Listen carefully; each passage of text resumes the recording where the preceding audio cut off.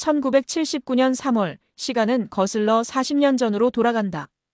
이곳은 경기도 파주 인근 비무장지대 DMZ의 한 군사초소 내부. 젊은 강태준 대위 28세가 철모를 고쳤으며 부하 대원들을 둘러보고 있다.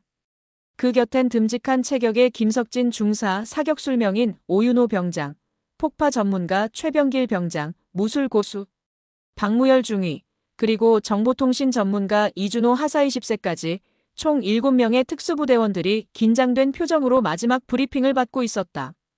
안기부 작전 담당관인 김현우 당시 28세, 안기부 7과 요원도 현장에 나와 있었다. 그는 이들에게 마지막으로 말했다. 지금부터 여러분은 대한민국에서 죽은 사람입니다. 작전 코드는 유령. 이 임무를 실행한 사실은 역사에서 영원히 지워질 것이고 여러분의 이름은 기록에서 사라질 겁니다.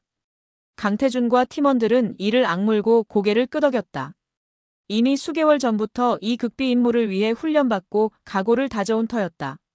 모두 가족에게조차 알리지 못하고 국가를 위해 자신의 존재를 버리기로 한 것이다. 강태준은 호주머니 속에 작은 벨벳 상자를 만지작거렸다. 그 안에는 연인 박소연에게 주려고 미리 준비해둔 약혼 반지가 들어있었다. 그는 속으로 눈물 흘렸다. 소연아, 미안하다. 내가 돌아올 때까지만 기다려줘. 차마 전하지 못한 인사가 목에 걸렸다. 이미 떠나오기 전 마지막 편지 한 통을 남긴 게 전부였다. 밤 11시 45분. DMZ 초소 바깥에서는 폭약 설치가 완료되었다는 신호가 왔다. 이들은 곧 펑 하는 거대한 폭발과 함께 초소를 날려버릴 예정이었다.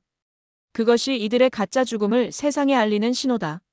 작별의 시간, 김현우는 강태준과 굳게 악수를 나누었다. 강대위. 아니, 이제부터 유령이로. 반드시 살아서 임무 완수하도록. 강태준은 침착하게 격려했다. 예, 김 과장님. 임무 완수하겠습니다. 김석진 중사가 입술을 깨물며 중얼거렸다. 우리 가족들은 우릴 영영 못 보는 겁니까? 김현우는 잠시 침묵하다 답했다. 공식적으로는 그럴 거네. 하지만 나라가 통일되고 세상이 바뀌면 그때는 다시 만날 수 있도록 우리가 최선을 다하겠네. 박무열 중위는 다소 냉소적으로 웃었다. 그때가 오긴 하겠습니까? 통일이 코앞인 것도 아니고. 강태준이 엄하게 쏘아봤다.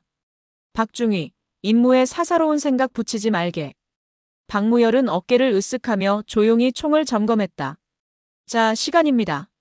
김현우가 손목시계를 보며 말했다. 모두 위치로. 7명의 대원들은 초소 지하로 연결된 비밀 땅굴 입구 앞에 모였다. 이 땅굴은 미리 파놓은 북한 측으로 통하는 은밀한 통로였다. 폭발이 일어나면 그 혼란 속에서 이들은 이 땅굴을 통해 북으로 침투할 예정이다. 강태준은 마지막으로 뒤를 돌아보았다. 멀지 않은 후방에서 자신들의 빈관이 놓인 가짜 장례식이 치러지겠지. 소연이 오열하겠지. 상상만 해도 가슴이 찢어졌다. 하지만 그는 크게 심호흡하고 마음을 다잡았다. 국가가 먼저다. 개인의 행복쯤은 희생해야. 그렇게 스스로 세뇌하며 버텼다. 준비되었나? 강태준이 낮게 묻자 모두 고개를 끄덕였다. 3, 2, 1. 발파. 무전기를 통해 신호가 울렸다. 순간 귀청이 터질 듯한 폭음이 밤하늘을 갈랐다. 초소 건물이 폭풍에 휩쓸리듯 흔적도 없이 날아갔다. 거대한 불덩어리가 치솟았다. 모래와 파편이 빗발처럼 쏟아졌다. 그 폭발과 동시에 강태준 일행은 지하 땅굴 속으로 달렸다. 땅굴은 어둡고 비좁았지만 이들은 차례로 신속히 전진했다. 등 뒤로 폭발음과 붕괴음이 가득했지만 아무도 멈추지 않았다. 수십 미터를 전력 질주하듯 뛰어 마침내 북한 측 경계 너머 어딘가에 은폐된 출구로 빠져나왔다. 북녘의 밤 공기가 싸늘하게 몸을 에워쌌다. 이제부터 그들은 조국에도 가족에게도 없는 유령 신세였다. 이들을 안내할 북한 측 협조자가 접근했다. 북한 장교로 위장한 안기부 요원이었다. 그는 은밀히 그들을 트럭에 태워 먼 길을 이동시켰다. 차 안에서 모두 숨죽이고 있었다. 각자 가슴에 품은 사연이 한없이 무거웠다. 최병길 병장이 손목에 감겨있는 실탄 파편에 살짝 다친 걸 보고 오윤호 병장이 붕대를 감아주며 말했다. 많이 다쳤냐? 괜찮소. 이 정도야. 최병길은 이를 악물었다. 이준호 하사는 입술이 파리해져 있었지만 무전을 꽉 쥔 손은 떨지 않았다. 그는 마음속으로 기도했다. 부디 모두 무사히 임무를. 한편 남측에서는 폭발 현장의 처참한 잔해 속에서 부상자 수색이 한창이었지만 결국 시신을 찾지 못했다는 소식이 전해졌다.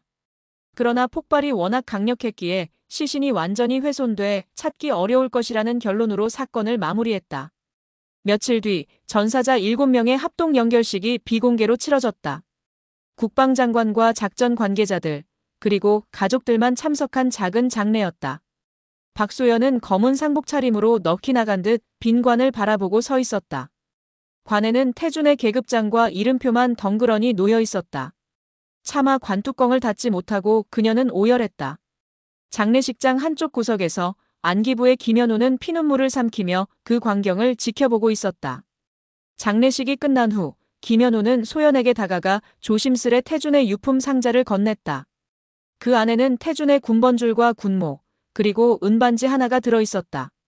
소연은 흐느끼며 반지를 움켜쥐었다.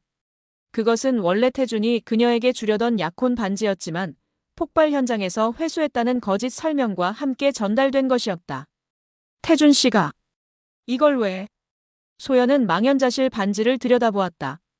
김현우는 차마 눈을 못 마주치고 고개를 숙였다. 고인께서 늘 간직하시던 물건입니다. 마지막 순간까지 그는 속으로 피를 토했다. 모든 게 거짓이었다. 하지만 국가를 위해 이 거짓을 짊어지는 건 남겨진 이들의 몫이 되었다. 소연은 반지를 꼭 쥐고 흐느꼈다. 태준 씨, 왜 날 두고 가요? 왜? 주변엔 곡소리가 가득했지만 김현우는 귀를 닫은 채 현장을 떠났다. 이 죄책감은 평생 씻을 수 없겠지. 그는 뼈저리게 깨달았다. 시간이 흘러 1979년 10월 대한민국 대통령 박정희가 암살되고 전국은 대혼란에 빠졌다. 그 와중에도 유령작전 요원들의 임무는 계속되었다. 북한 내부 고위층으로 침투한 이들은 각자 다른 신분으로 위장해 활동했다. 라디오 암호 통신으로만 간간히 안기부 7과와 연락을 주고받았다. 그런 생활이 몇 년 지속되자 팀원들의 심신은 극도로 지쳐갔다. 자신들이 지키려 했던 조국은 민주화를 겪으며 변해갔고 주적이었던 북한도 1980년대에 접어들며 변화의 기류가 일었다. 그러나 그들에겐 여전히 귀환 명령이 떨어지지 않았다. 어느 한밤중 북한 평양 교회의 은밀한 은신처에서 강태준은 혼자 녹음기를 들으며 아들의 옛 울음소리를 반복해 듣고 있었다. 사실 소연이 아들을 출산했다는 소식을 1984년에 안기부 측으로부터 접했지만 강태준은 그 아기를 한 번도 볼 수 없었다. 아버지가 된 기쁨도 잠시, 그는 곧 더 깊은 절망에 빠졌다. 자신의 선택으로 아이와 아내에게 평생 상처를 준 것이다. 그해 1985년 팀원 중 최병길 병장이 북한 보위부에 의해 정체가 발각되어 총격전 끝에 자폭했다는 비보가 7과로 전해졌다. 1986년에는 오윤호 병장이 임무 중 목숨을 잃었다. 1990년대에 들어서자 팀의 라디오 교신은 점점 뜸해졌다. 김석진 중사는 1991년 연락이 두절되었다. 남은 건 강태준, 박무열 그리고 남한에 남아있는 연락책 이준호뿐이었다. 박무열 중위는 뛰어난 무술 실력으로 북한에서 특수부대 교관직까지 올라갔다. 그러나 차츰 그는 남한과 연락을 끊고 독자 행동을 하기 시작했다. 그는 점점 북한 체제에 동화되어 갔다. 강태준은 동료의 변절을 눈치챘지만 어찌할 도리가 없었다. 1995년 북한 내부에서 쿠데타 음모가 적발되며 고위층 숙청이 벌어졌다. 그 과정에서 강태준은 간신히 목숨을 부지했으나 더 이상 임무를 이어가기 힘들어졌다. 남측의 김현우 국장은 새로운 정권에서 눈치밥을 먹던 신세라 이 임무에 관심을 잃은 윗선 때문에 유령 작전은 사실상 방치되고 있었다. 결국 2000년대 초 강태준은 자체적으로 임무 종료를 결심하고 탈출을 시도했다. 그러나 북한 정보망이 촘촘해 쉽지 않았다. 그는 압록강을 건너 중국까지 갔으나 곧 북한 공작원들에게 쫓기게 되었다. 다급한 순간 남측에서 파견된 이준호가 그를 극적으로 구출했다. 이준호는 수십 년간 안기부를 떠나지 않고 정보 요원으로 있으면서도 비밀리에 강태준의 생존과 귀환을 준비해왔다. 2005년 강태준은 드디어 남한으로 극비리에 돌아올 수 있었다. 그러나 그는 공식적으로 사망자로 되어 있기에 사회에 드러날 수 없었다. 국정원안 기부가 개명된 기관은 그의 존재를 여전히 극비 취급했다. 강태준은 국가 안전을 명목으로 은둔 생활을 강요받았다. 이준호가 마련해준 산골 오두막에서 지내며 그는 세상과 단절된 채 살아야 했다. 사랑하는 소연과 아들도 먼 발치에서 사진으로만 접하며 그 모든 세월 동안 강태준의 마음은 골물대로 골맞다. 국가와 인물을 위해 희생한 삶이었지만 돌아온 것은 철저한 고립과 망각이었다. 그는 깊은 회의와 분노에 사로잡힌 채 나날을 보냈다. 자신이 목숨 바쳐 충성했던 국가가 결국 자신과 동료들의 삶을 헛되이 희생시킨 게 아닌가 하는 회한이 가슴을 후벼 팠다. 한편 박무열 중위는 끝내 북한에 남아 출세의 길을 걸었다. 오히려 남측으로 돌아온 강태준을 제거하려는 움직임을 보였다. 그는 북한에서 고위공작원으로 암약하며 남측 옛 동료들을 배신자로 여겼다. 언젠가 기회가 되면 숙청할 심산이었다. 이렇게 2010년대 후반까지 흐른 것이다. 김현우 전 국장은 퇴직 후 병마에 시달리며 양심의 가책에 힘겨워했고 이준호는 민간 보안회사 대표로 위장하여 여전히 강태준과 연락하며 그를 보필했다. 40년이라는 기나긴 세월 동안 유령작전은 세상에 알려지지 않은 채로 잊혀져 갔다. 그러나 그 이면에서 수많은 삶이 바뀌었고 희생과 배신, 후회와 슬픔이 쌓여갔다. 강태준은 매일 밤 헛된 약속을 되뇌었다. 사랑하는 소연, 그리고 한 번도 만나지 못한 아들 진우야. 언제까지 너희 곁에 유령으로 남아있어야 하는 걸까? 그리고 마침내 2019년 무언가를 결심한 김현우가 자신이 보관해온 비밀 파일을 세상에 흘렸다. 그 순간부터 톱니바퀴가 다시 움직이기 시작했다. 진실의 시계추가 40년 만에 다시 흔들리기 시작한 것이다. 1979년부터 시작된 유령작전의 내막이 드러났다. 죽은 줄 알았던 7명의 특수요원들은 국가를 위해 유령이 되었지만 세월 속에 점차 희생되고 배신당했다. 강태준은 간신히 귀환했으나 가족에게 돌아가지 못한 채 은둔했고 박무열은 변절하여 적이 되었다. 40년 묵은 진실이 이제 막 드러나려는 찰나 이 과거사는 현재의 폭풍으로 되살아나고 있다. 과연 이 비극의 역사는 어떻게 청산될 것인가? 아직 밝혀지지 않은 또 다른 진실은 남아있는가? 전환점 산장 속의 재회 2019년.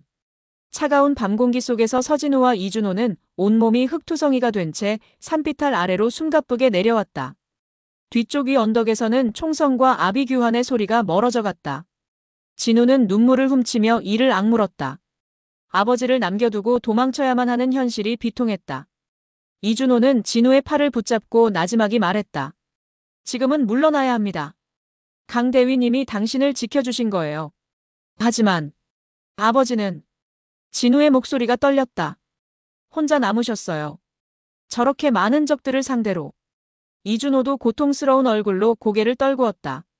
대위님은 자신이 미끼가 되어 적을 붙잡아둘 생각이겠지요. 그렇게 해서라도 당신을 살리고 싶으신 겁니다. 그래도 그렇지 죽을지도 모르는데. 진우는 주먹으로 나무를 내리쳤다. 또다시 아버지를 잃게 둘 순 없어요. 이미 쏜살이 시위를 떠났습니다. 이준호가 씁쓸하게 말했다. 우리가 다시 올라간들 둘 다 잡히거나 죽을 뿐입니다. 괜히 대위님의 희생을 무의미하게 만들 순 없잖아요. 진우는 괴로운 표정으로 하늘을 올려다봤다. 별이 총총 떠있는 밤하늘. 한편 어둠 속 산장 쪽 하늘에는 희미한 연기가 피어오르고 있었다. 혹시 불이 난 건 아닐까? 폭발이라도? 상상만으로 속이 무너지는 것 같았다. 진우 씨. 이준호가 진우를 흔들어 현실로 돌아오게 했다. 지금 우리가 할 일은 강 대위님의 뜻을 이어가는 겁니다. 당신은 기자지 않습니까? 진실을 세상에 알리고 이 부당함에 책임을 묻는 것. 그게 살아남은 사람의 사명입니다. 진우는 눈물을 삼키며 겨우 고개를 끄덕였다. 알겠습니다. 이렇게 보내드릴 순 없어요. 반드시 진실을 밝혀서 아버지와 동료분들의 명예를 되찾고 그분들의 희생이 헛되지 않게 할 겁니다. 이준호는 안도의 숨을 내쉬었다. 좋아요. 우선 이 위험한 산을 벗어납시다. 제 회사 별장이 근처에 하나 있어요. 그리로 가죠. 두 사람은 산길을 따라 한참을 더 내려갔다. 저 멀리서 폭음 같은 것이 한 번 터졌지만 진우는 돌아볼 수 없었다. 차마 뒤를 보면 안 될 것 같았다. 1시간 남짓 산을 내려오자 작은 강가 옆에 지은 통나무 별장이 나타났다. 이준호는 문을 열고 진우를 안내했다. 당분간 여기에 숨어 있읍시다. 도시로 바로 가긴 위험해요. 별장 안에는 비상용 식량과 약품 등이 갖춰져 있었다. 진우는 대강 씻고 옷을 갈아입은 뒤 거실 바닥에 맥없이 주저앉았다. 몸은 탈진했지만 마음은 천근만근 무거웠다. 눈을 감으면 아버지의 마지막 모습이 떠올라 가슴을 후벼 팠다. 이준호가 따뜻한 차를 건네주며 말했다. 당신 아버지, 강태준 대위께서는 제 생명의 은인입니다. 2005년에 제가 직접 구출하러 갔을 때 사실 상황이 여의치 않아 제가 죽을 뻔했어요. 그런데 대위님이 몸을 던져 대신 총을 맞고 끝까지 날 살려냈죠. 진우는 놀라 이준호를 바라봤다. 그런 일이. 네. 그래서 제가 평생 모시며 빚을 갚겠다고 다짐했습니다. 이준호의 목소리가 떨렸다. 그런 분이 또 우리 대신. 그는 말을 잇지 못하고 고개를 저었다. 꼭 살아계실 거예요. 분명 어디서 다시 나타나실 겁니다. 진우는 스스로에게도 약속하듯 단언했다. 난 아직 아버지한테 듣고 싶은 말도 하고 싶은 말도 많아요. 이준호는 진우의 결연한 눈빛에 희미하게 미소 지었다. 그래요. 나도 믿습니다. 진우는 가방에서 노트북과 자료들을 꺼냈다. 이제 해야 할 일을 하죠. 저에게 있는 자료와 오늘까지 있었던 일들을 정리해서 기사로 쓸 겁니다. 자네 휴대폰은 어디 있나? 이준호가 물었다. 아, 차에 두고 왔네요. 산장에서 달아나느라. 진우가 기억해냈다. 휴대폰을 차량에 두고 내린 듯 했다. 어쩌면 다행이네. 추적당할 위험이 있으니까. 이준호가 별장 구석에서 중고 노트북 한 대와 휴대폰 몇 개를 꺼냈다. 이건 추적 불가능한 버너폰이요. 그리고 이 랩탑은 인터넷 전용선으로 연결되는 암호화된 장비지. 여기서 자료를 보내도록 합시다. 진우는 감탄했다. 준비가 철저하시군요. 항상 만일의 사태를 대비해둔 거죠. 이준호가 쓸쓸히 웃었다. 곧 진우는 모든 자료를 분류하고 기사를 쓰기 시작했다. 대통령도 몰랐던 작전 -40년 묻힌 국정원의 유령 파일이라는 가제를 붙였다. 그는 김현우에게 들은 내용, 기밀 파일의 내용, 그리고 자신의 가족사가 겹친 이야기를 한데 엮어 충격적인 르포 기사를 완성해 나갔다. 이준호도 옆에서 조언을 하며 도왔다. 특히 국정원 내부 용어나 군 조직 관련 세부 사실관계는 그가 바로잡아 주었다. 이 부분은 1979년에 안기부 7과란 표현을 써야 정확합니다. 여기 박무열 중위가 변절해 오늘 공격을 이끈 정황을 넣는 게 좋겠소. 김현우 국장님의 실명은? 이분 의사에 따라 익명으로 칭합시다. 두 사람은 뜨거운 라면으로 허기를 달래며 밤새웠다. 새벽 역광이 별장 창을 비출 때 마침내 원고 초안이 완성되었다. 진우는 모니터를 응시하며 깊이 숨을 들이켰다. 그의 눈시울이 붉어졌다. 원고 마지막 부분엔 이렇게 적혀 있었다. 우리는 국가를 위해 희생된 이름 없는 영웅들의 진실에 눈감아온 건 아닐까. 국가는 영원할지 모르나 그 국가를 위해 죽은 자로 살아야 했던 사람들의 진실도 영원히 보존되어야 하지 않을까? 이제는 우리가 눈을 떠야 할 때다. 좋군. 이준호가 조용히 말했다. 이제 이걸 세상에 알립시다. 진우는 원고 파일과 모든 증거자료 사진, 문서를 정리해 안전한 인터넷 연결로 언론사 본사 서버에 전송하기 시작했다. 전송률 1%, 2%. 그는 손에 땀을 쥐고 지켜봤다. 바로 그때 별장 밖에서 커다란 폭발음이 들렸다. 콱쾅. 건물이 흔들릴 정도의 충격이었다. 진우와 이준호는 화들짝 놀라 벌떡 일어섰다. 뭐지? 창밖을 보니 별장 입구에 주차해둔 이준호의 차량이 불길에 휩싸여 있었다. 누군가 차에 폭탄을 설치한 모양이었다. 또 공격이야. 이준호가 다급히 외쳤다. 여길 어떻게 알았지? 진우도 경악했다. 해킹인가? 통신을 추적했나봐요. 망할, 국정원 쪽이 수법을 바꿨군. 이준호가 노트북 화면을 보니 파일 전송이 50%를 넘기고 있었다. 50%만 더. 제발. 그러나 밖에서는 벌써 여러 발걸음 소리가 포위하듯 들려왔다. 창문으로 레이저 조준선이 어지러이 교차했다. 또 쫓긴다. 진우는 절망감에 휩싸였다. 이준호는 옷장 속에서 샷건을 꺼내 들었다. 진우 씨, 뒷문으로 도망치게. 난 시간 끌겠소. 안 돼요. 둘이 함께 나가요. 같이 살아남아야 진실을 전하죠. 진우가 외쳤다. 여긴 지형상 도망갈 틈이 없소. 내가 막을 테니 당신이라도 마이너스 이준호의 말이 끝나기 전에 창문 여러 개가 동시에 깨지며 연막탄이 날아들었다. 캑캑. 자욱한 연기가 실내를 뒤덮었다. 진우는 눈물을 흘리며 숨이 막혔다. 동시에 문이 폭발물로 날아가 버렸다. 특수부대 복장의 요원들이 우르르 들이닥쳤다. 손들어. 바닥에 엎드려. 그들이 고함쳤다. 이준호는 샷건을 쏴 첫 번째 들이닥친 요원을 쓰러뜨렸지만 곧 다수의 적에게 제압당했다. 진우도 기침하며 저항하려 했지만 거칠게 팔이 꺾이고 바닥에 내팽개쳐졌다. 순식간에 상황은 끝났다. 연기 속에서 한 사내가 걸어 나왔다. 60대 후반의 얼굴에 커다란 흉터가 있는 인물이었다. 그는 이준호를 내려다보며 혀를 찼다. 이 하사, 오래간만이군. 이준호가 그를 올려다보고 분노로 외쳤다. 박무열, 내가 감히 여기까지 쫓아와. 진우는 눈을 들어 그를 보았다. 박무열, 아버지의 옛 동료이자 배신자. 그는 북한 군복은 아니었지만 어디에도 속하지 않은 듯한 검은 제복 차림이었다. 아마도 남북 경계를 넘나드는 비밀 공작 조직에 몸담고 있으리라. 박무열은 비웃었다. 강태준은 어디 있지? 너희 셋이 도망친 거 다 봤다. 꼬맹이 기자는 여기 있고 강태준은 안 보이네. 진우는 분노에 치를 떨며 외쳤다. 당신이 뭐죠? 왜 이러는 겁니까? 국가를 배신한 주제에. 박무열은 진우 쪽으로 다가와 얼굴을 들여다봤다. 내가 서진우로군. 강태준의 씨앗. 그가 입맛을 다셨다. 그래, 내가 배신자라. 하, 누가 누굴 배신했는데? 당신은 조국을 등지고 동료를 죽이려 하고 있어. 이게 배신이 아니면 뭔가? 진우가 울분에 찬 목소리로 소리질렀다. 박무열의 얼굴이 일그러졌다. 조국? 날 배신한 건 남조선이었어. 우릴 버린 건 강태준과 너희 애비들이라고. 그는 미친 듯이 외쳤다.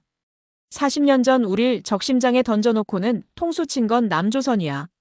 난 살아남기 위해 북에 뼈를 묻은 것뿐이다. 그렇다고 동료와 가족까지 해치려 드나?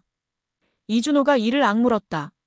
내 분노는 엉뚱한 데로 향하고 있어. 박무열은 콧방귀를 뀌었다.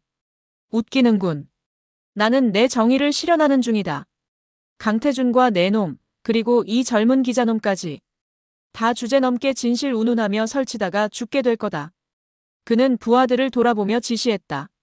노트북과 자료 다 회수해. 얘들 입 싹 다 막아. 요원들이 노트북을 덮고 하드를 뽑아내 파괴하려 했다. 진우는 절망하며 소리쳤다. 안 돼. 그는 몸부림쳤으나 눌린 자세라 역부족이었다. 그때 쾅 하는 굉음과 함께 별장 현관 쪽 벽이 박살났다.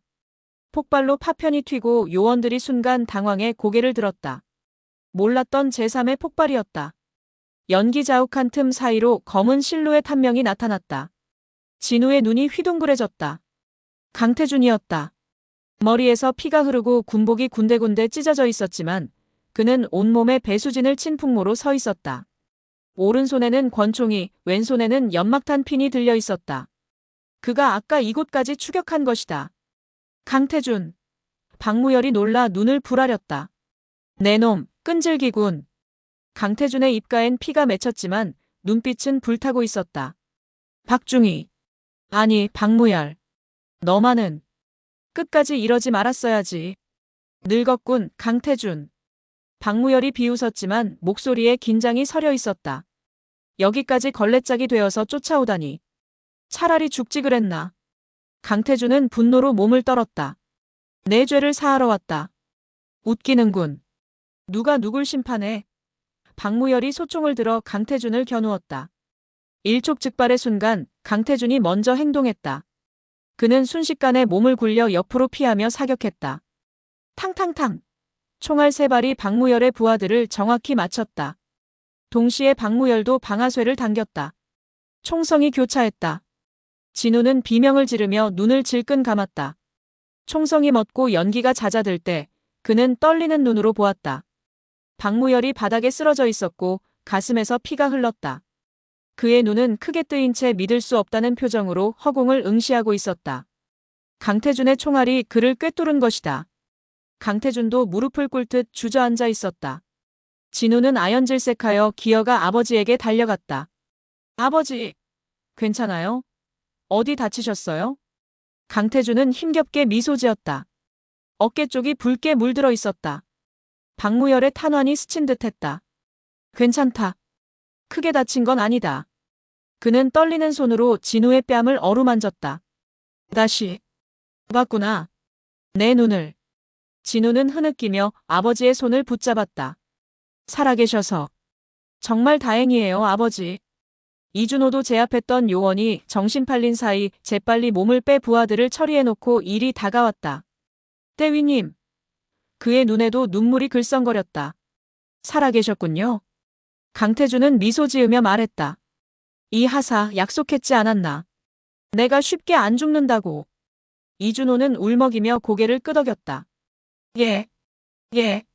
남아있던 적들은 혼란의 사기가 꺾였고 일부 부상당한 채 무기를 내려놓았다. 별장은 처참히 부서져 있었다.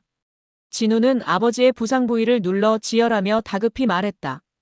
일단 여길 벗어나야 해요. 경찰에 연락하고 병원으로 가야 합니다. 그때 갑자기 밖에서 사이렌 소리가 들려왔다. 여러 대의 차량이 접근하는 소리와 함께 모두 움직이지 마라. 경찰이다. 라는 확성기 소음이 퍼졌다. 진우는 안도했다. 경찰이다. 살았다. 그러나 강태준은 표정을 굳혔다. 아니, 국정원일 수도 있다. 순간 창문으로 연막탄이 또 터졌다. 이번엔 경찰 특공대처럼 보이는 장비를 갖춘 요원들이 들이닥쳤다. 진우는 아연실색했다. 아직 끝난 게 아니다. 하지만 들어온 요원들의 어깨엔 경찰 표식과 국정원 마크가 함께 있었다. 그들은 내부 상황을 재빠르게 제압하고 부상자를 수습하기 시작했다. 요원들 사이로 중년의 남성이 나타났다. 국정원 명찰을 단 사람이었다. 그는 현장을 둘러보다 강태준에게 다가와 경악했다. 설마. 강태준 대위. 이게 어떻게 된 일이야? 진우가 경계하며 물었다. 당신은 누구십니까? 그 중년은 손을 들어 보이며 진정시켰다.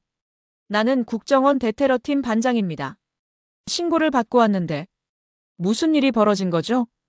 진우는 곧장 노트북을 가리키며 말했다. 저 노트북에 이 사태의 전말이 있습니다. 국정원의 최고 기밀 유령 작전에 관한 내용입니다. 저는 그걸 기사로 쓰던 중 공격받았습니다. 모두 녹음되어 있고 증거 있습니다. 국정원 반장은 놀라며 팀원들에게 노트북과 자료 수거를 지시했다. 이건 위에서 들어본 내용과 같군.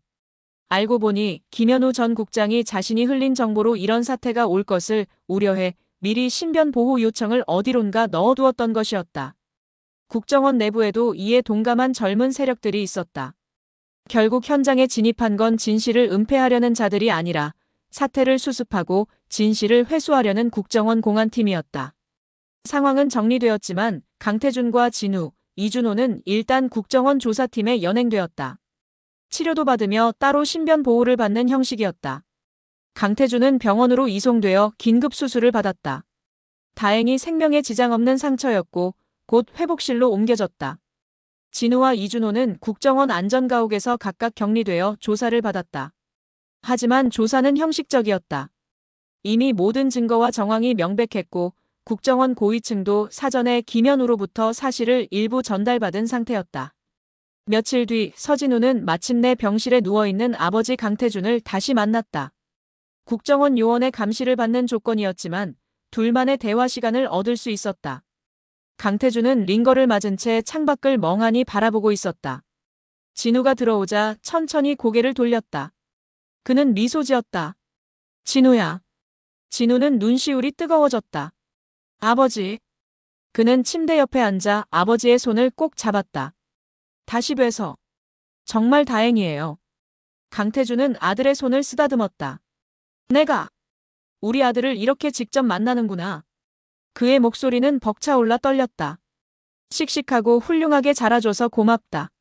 진우는 눈물을 훔쳤다. 아니에요. 제가 못난 아들이죠.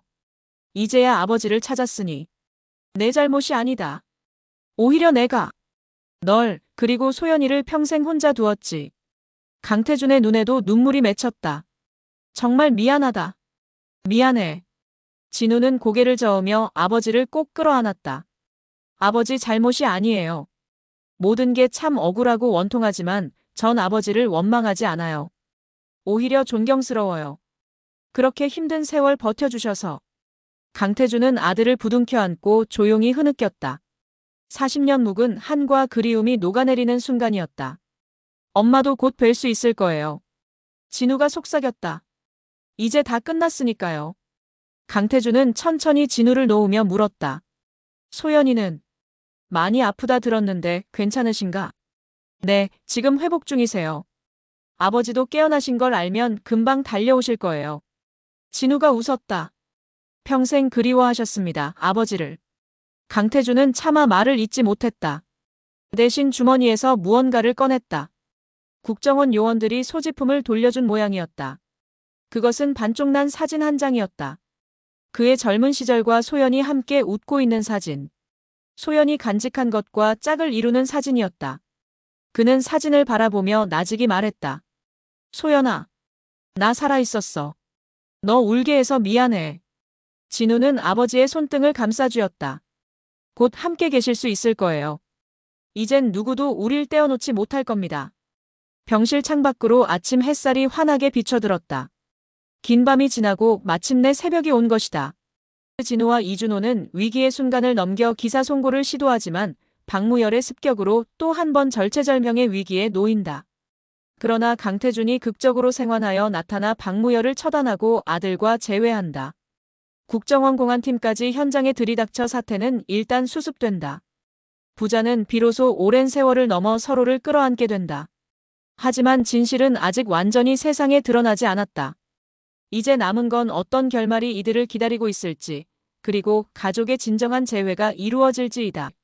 2차 반전 숨겨진 가족의 비밀 2019년. 몇 주 후, 서울의 한 재활병원 정원. 초가을 바람이 선선하게 불고 노랗게 물든 은행나무 잎이 떨어지고 있었다. 휠체어에 앉은 박소연 65은 담요를 무릎에 덮은 채 먼 하늘을 바라보고 있었다. 그녀의 옆에는 서진우가 다정하게 서 있었다. 소연은 아직 다리가 완전히 회복되지 못해 휠체어 신세였지만 표정은 한결 편안해 보였다. 며칠 전 아들에게 들은 믿기 어려운 이야기들로 그녀의 마음은 폭풍같이 휘몰아쳤다. 남편 강태준이 살아있다. 그리고 곧 만날 수 있다. 처음에는 믿지 못했다. 진우야, 이게 꿈은 아니겠지. 하며 몇 번이고 되물었다. 진우는 병원으로 찾아온 국정원 관계자와 함께 어머니에게 강태준의 생존과 현재 상황을 설명했다. 소연은 충격으로 한동안 말을 잇지 못했지만 이내 눈물을 펑펑 흘리며 아들에게 안겼다. 내가 틀리지 않았구나. 당신 살아있었어. 그녀는 하늘을 우러르며 울었다. 그 후로 소연은 하루하루가 꿈결 같았다. 40년간 가슴에 묻은 남편을 다시 볼 수 있다니 살아있을 때 이런 날이 올 줄은 몰랐다. 엄마, 컨디션은 어때요?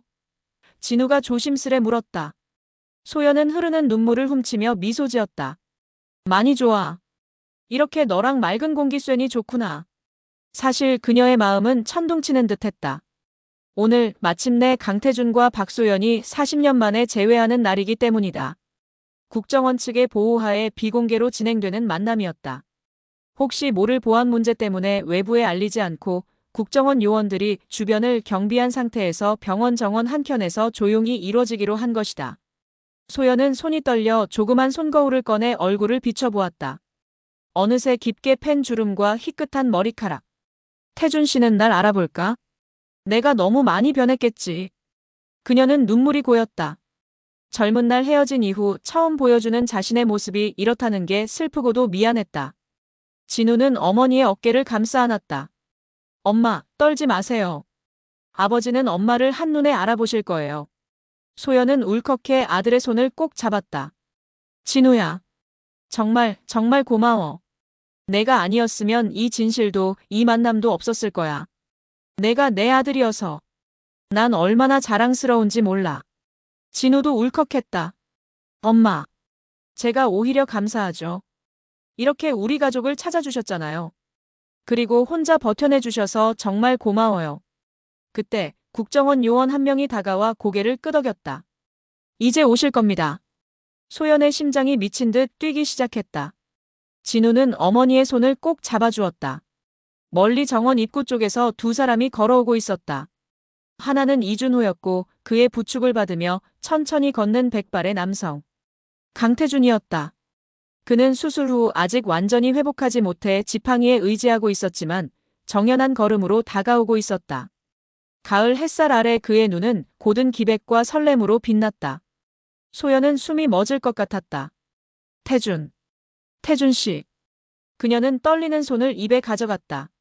눈앞에 백발인 할아버지가 되어버린 사내에게서 그녀는 단박에 자신의 남편을 알아봤다. 40년 세월도 그 눈빛까지 바꾸진 못했다. 강태준 역시 몇 걸음 남겨두고 멈춰섰다. 눈앞에 휠체어에 앉은 중년 여인이 있었다.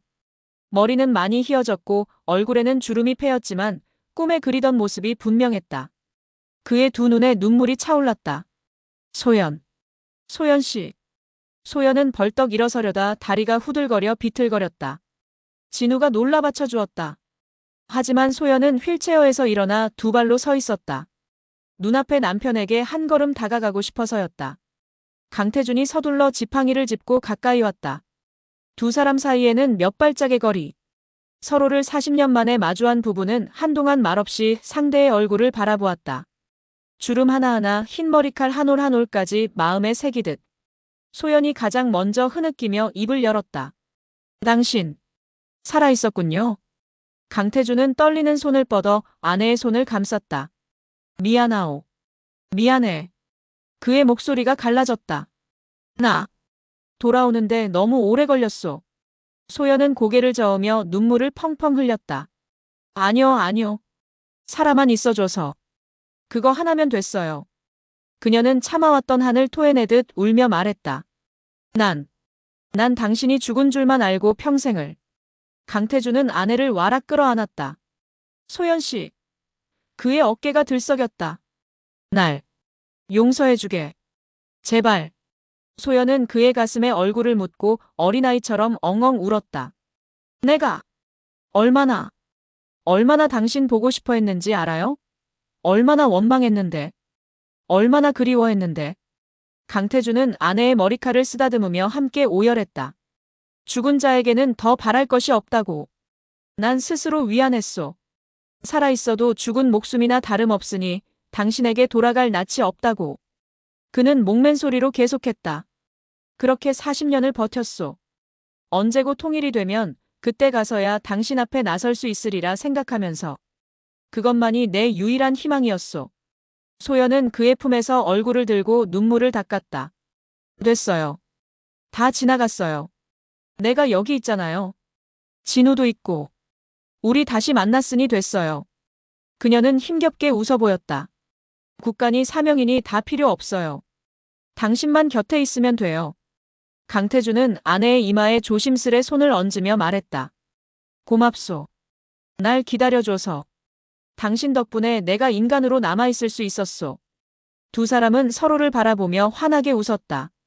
마치 40년의 세월이 한순간에 눈 녹듯 사라지는 기적 같은 순간이었다. 한편 조금 떨어진 곳에서 이 장면을 지켜보던 진우는 참아왔던 눈물을 주르륵 흘렸다. 이준호도 옆에서 코끝을 훌쩍이며 말했다. 꼭 영화 같은 장면이군. 진우는 미소 지으며 대답했다. 그러게요. 제 인생에 이런 날이 올 줄은 몰랐습니다. 이준호가 그의 어깨를 툭 치며 말했다. 이제 남은 건 당신의 기사요. 곧 세상에 공개된다지. 진우는 고개를 끄덕였다. 네. 드디어 승인이 났어요. 국정원도 더는 막지 않기로 했고 국가안보실 차원에서도 역사 정리를 하자는 분위기입니다. 오늘 오후에 제 기사와 특집 다큐멘터리가 동시에 공개될 겁니다. 그것은 두 달여간의 조사와 준비 끝에 이뤄지는 것이었다. 국정원 고위층은 김현우 전 국장의 폭로와 박무열 일파의 소동으로 진실을 더 이상 덮을 수 없음을 인지했다. 결국 관계자 몇몇의 사퇴와 함께 정부는 40년 묵은 이 사건을 공식 재조사하고 발표하기로 결정했다. 진우가 쓴 특종 기사와 강태준을 포함한 생존자 및 가족들의 증언으로 만든 다큐멘터리는 그 발표와 함께 공개되어 국민들에게 충격을 안겨줄 예정이다. 국가가 무슨 입장을 내놓을지. 이준호가 중얼거렸다. 잘못을 인정하고 사과하겠죠. 이미 대통령이 직접 유가족들에게 미리 사과했다고 들었어요. 진우가 말했다. 그리고 오늘 발표에서 아버지와 동료분들에게 독립유공자에 준하는 예우와 명예회복 조치를 할 거라고 하더군요. 그나마 다행이요. 이준호는 고개를 끄덕였다. 사실 난 이 진실이 영영 묻힐 줄로만 알았는데 세상이 변하긴 했나 봅니다. 진우는 하늘을 올려다보았다. 높고 청명한 가을 하늘. 네. 정말 많이 변했죠. 예전엔 국가를 위해 개인을 희생하는 게 미덕이었던 시절도 있었지만 이제는 다들 묻습니다. 그게 정당한 희생이었나? 과연 누구를 위한 것이었나? 이준호가 미소 지었다. 당신 젊은 기자들의 공이 커요. 덕분에 우리 같은 늙은이들도 마음의 짐을 좀 내려놓네. 진우는 손살에 쳤다. 아니요, 전 그냥 해야 할 일을 했을 뿐입니다. 사실 이 모든 건 김현우 국장님이 용기를 내주신 덕분이에요. 김현우 전 국장은 이후 상태가 위독해져 별다른 인터뷰 없이 요양 중이었다. 하지만 다행히 진우와 한번 통화할 기회가 있었다.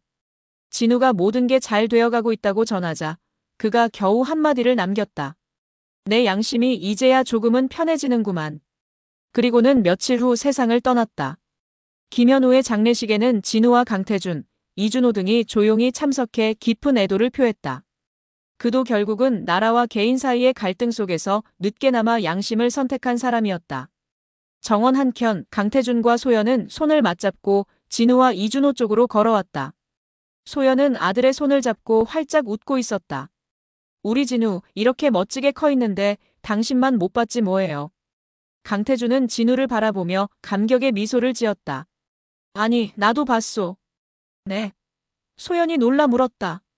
강태준이 진우의 어깨를 두드리며 말했다. 이준호 하사가 가끔 사진을 가져다 줬소. 진우가 학교 다니는 모습, 졸업식 회사 다닐 때. 비록 멀리서지만 나도 우리 아들이 훌륭하게 자라는 걸 지켜봤소. 소연은 깜짝 놀라며 이준호를 봤다. 준호 씨. 정말 그랬어요? 이준호가 멋쩍게 웃었다. 죄송합니다, 박 여사님. 제 임무 중 하나였거든요. 소연은 고개를 저었다. 아니요, 고맙네요. 그 덕에 태준 씨가 버틸 수 있었다니. 그녀는 다시 남편을 바라봤다. 참, 이거. 그녀가 목에 건 작은 군번줄 목걸이를 가리켰다. 안에는 작게 접은 낡은 사진이 들어있었다.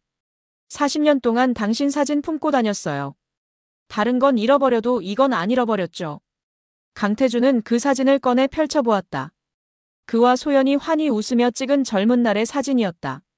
강태준은 울컥했지만 웃으며 말했다. 내가 당신 손에 끼워주려 했던 반지 아직 가지고 있소? 소연이 고개를 끄덕이며 왼손 네 번째 손가락을 내보였다. 거기엔 40년 전 약혼 반지가 여전히 반짝이고 있었다. 강태준은 눈시울을 붉히며 소연의 손을 살며시 들어 입맞춤했다. 이제 그 반지 제대로 끼워줄 수 있겠구려. 우리 나중에 성당 가서 축복도 다시 받읍시다.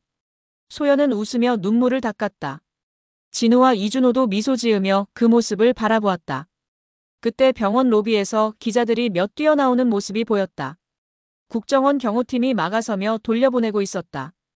아마도 뭔가 눈치채고 몰려든 모양이었다. 이준호가 재빨리 말했다. 슬슬 실내로 들어가시지요. 눈들이 많아지네요. 강태준은 아내에게 말했다. 우리 진우 오늘 바쁘다지. 언론 발표한다고. 진우가 대답했다. 네, 오후에 정부 공식 발표 현장에 저도 기자로 가야 해요. 그리고 저녁 뉴스에 제 기사가 나올 거예요. 소연이 아쉬운 듯 아들을 바라봤다. 조심해서 다녀와라. 이제 위험한 일은 없겠지? 진우는 미소 지었다. 걱정 마세요. 모든 게 잘 될 거예요. 강태준이 진우의 어깨를 잡았다. 아들. 진우가 처음 듣는 부름에 가슴이 뛰었다. 예, 아버지. 수고 많았다. 내 덕분에 우리가 다시 만났구나. 강태준은 진우의 어깨를 꼭 쥐었다. 고맙다. 아버지가. 정말 고맙게 생각한다. 그의 눈엔 자랑스러움이 가득했다. 진우는 부끄러운 듯 머리를 극적였다. 아버지, 저도 많이 배웠어요. 국가란 게 무엇인지, 가족이란 게 무엇인지. 아버지 삶을 통해 제가 그걸 느꼈습니다. 강태준은 고개를 저었다. 난 실패한 삶일지도 몰라. 하지만 너흰 더 나은 세상을 만들어 나가겠지. 진우는 미소로 답했다. 우리 세대는 최소한 부모 세대의 희생을 헛되게 두진 않을 거예요. 소연과 강태준, 진우 세 사람은 서로를 둘러보며 행복한 웃음을 나눴다. 이준호도 흐뭇하게 바라봤다. 잠시 후 진우는 취재를 위해 떠나야 했다. 그는 부모님을 향해 환하게 웃으며 손을 흔들었다. 금방 다녀올게요. 저녁에는 같이 집에 가요. 우리 세 식구 오붓하게 저녁 먹어요. 소연과 강태준은 나란히 서서 손을 맞잡은 채 아들을 배웅했다. 두 사람의 눈엔 이제 슬픔 대신 행복의 눈물이 고여 있었다. 진우가 멀어지는 뒷모습을 보며 소연은 강태준의 어깨에 살며시 기대어 속삭였다. 이렇게 다시 함께 서게 될 줄 몰랐어요. 마치 꿈만 같네요. 강태준은 아내의 손에 자신의 두 손을 포겠다. 현실이요. 우린 기어코 해냈어. 하늘을 보니 햇살이 눈부셨다. 40년 동안 짙게 드리웠던 어둠의 그림자가 마침내 걷히고 밝은 빛이 가족을 비추고 있었다. 강태준과 박소연은 마침내 40년 만에 재회하고 서로의 마음을 확인하며 눈물의 포옹을 나눈다. 숨겨진 가족의 비밀, 즉 강태준이 진우의 친부였음이 공식적으로 확인되고 가족은 다시 하나가 되었다. 진실을 은폐하려던 세력은 몰락했고 국가는 잘못을 인정하며 명예회복을 약속한다. 그러나 이야기는 아직 끝나지 않았다. 이제 진우는 이 모든 진실을 세상에 알리는 마지막 임무를 앞두고 있다. 가족의 재회는 이루어졌지만 과연 사회는 이 진실을 어떻게 받아들일 것인가? 그리고 오랜 세월 희생된 이들의 영혼은 진정으로 구원받을 수 있을까? 재회와 정의 2019년 가을 국회 청문회 특별위원회 장내. 수많은 취재진과 방청객들이 숨죽여 지켜보는 가운데 국가정보원 과거사 청문회가 열렸다. 국정원장이 단상에 올라 그동안 은폐되었던 유령작전의 전말을 공식 사과와 함께 공개하고 있었다. 그의 목소리가 마이크를 통해 울려 퍼졌다. 국가정보원은 1979년 당시 안전기획부가 진행했던 일명 유령작전의 실체를 확인하였습니다.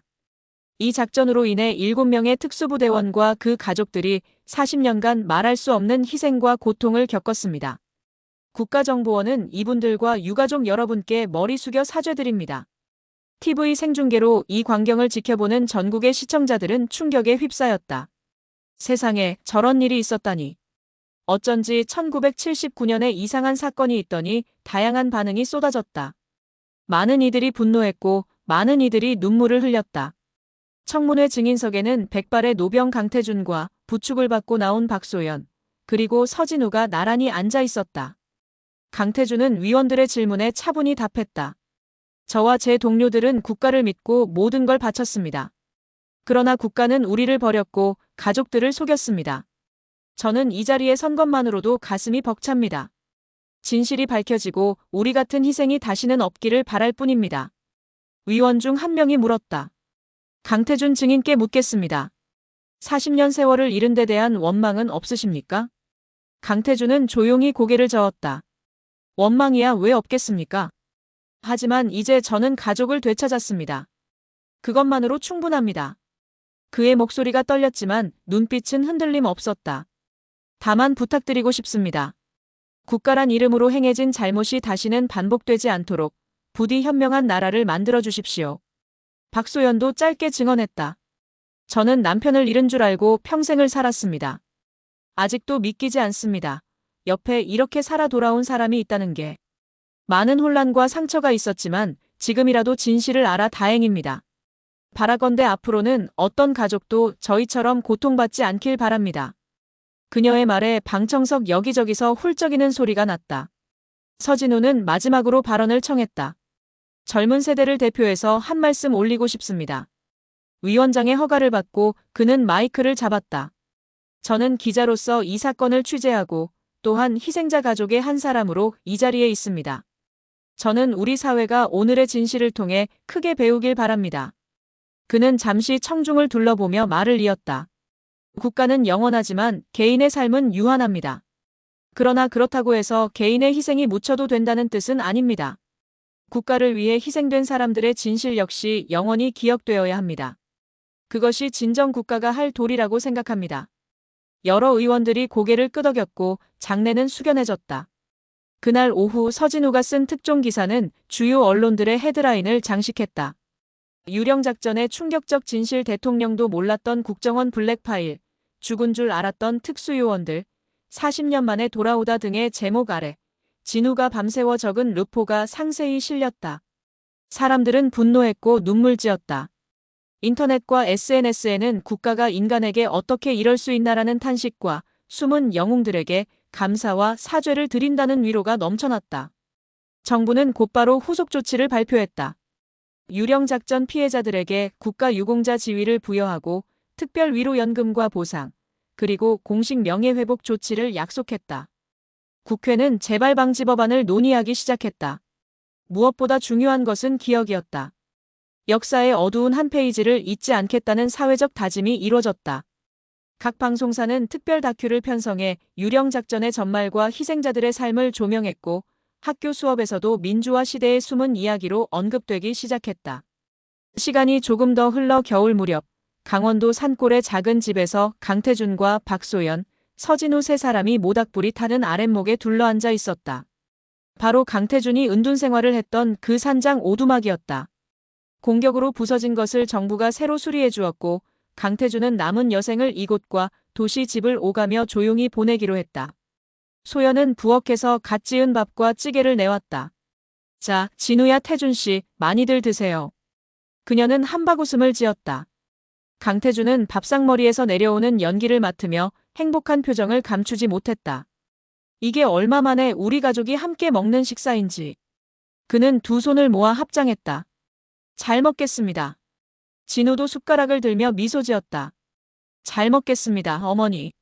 식사 내내 소연은 계속 남편과 아들 그릇에 반찬을 올려주기 바빴다. 이건 진우 좋아하는 거. 이건 태준 씨 즐겨 드시던 취나물. 그녀는 연신 웃고 있었다. 그 오랜 세월의 슬픔을 밀어내고 이제는 웃음꽃이 피어난 얼굴이었다. 강태준은 아내를 흐뭇하게 바라봤다. 소연 씨, 나 참 오랜만에 당신 음식 먹네. 맛이 여전해. 소연이 웃으며 핀잔 줬다. 뭐려, 입맛 까다로운 양반이.